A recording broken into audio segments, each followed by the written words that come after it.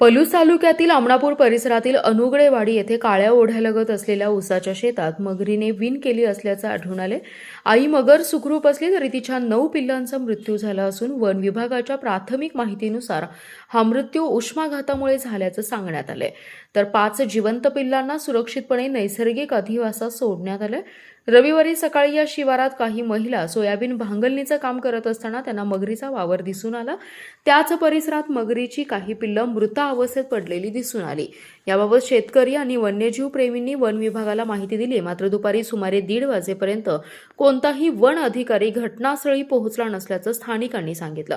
त्यानंतर एक वन मजूर घटनास्थळी दाखल झाला। वन विभागाकडून मिळालेल्या माहितीनुसार मृत पिल्लांचा उष्माघातामुळे मृत्यू झाला असावा असा प्राथमिक अंदाज व्यक्त करण्यात आलाय।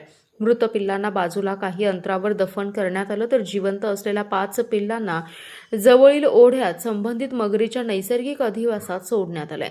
मगर हा वन्यजीव संरक्षण कायद्यानुसार अनुसूची 1 मधील संरक्षित प्राणी आहे। त्यामुळे अशा घटनांमध्ये वन विभागाच्या वरिष्ठ अधिकाऱ्यांनी तात्काळ घटनास्थळी भेट देऊन परिस्थितीची पाहणी करणं अपेक्षित होतं, अशी भावना स्थानिक नागरिकांनी व्यक्त केली आहे। तसेच मगरींच्या वावराबाबत परिसरातील नागरिकांना जनजागृती करणं आणि मानव मगर संघर्ष टाळण्यासाठी आवश्यक उपाययोजना राबवण्याची मागणी करण्यात आली आहे।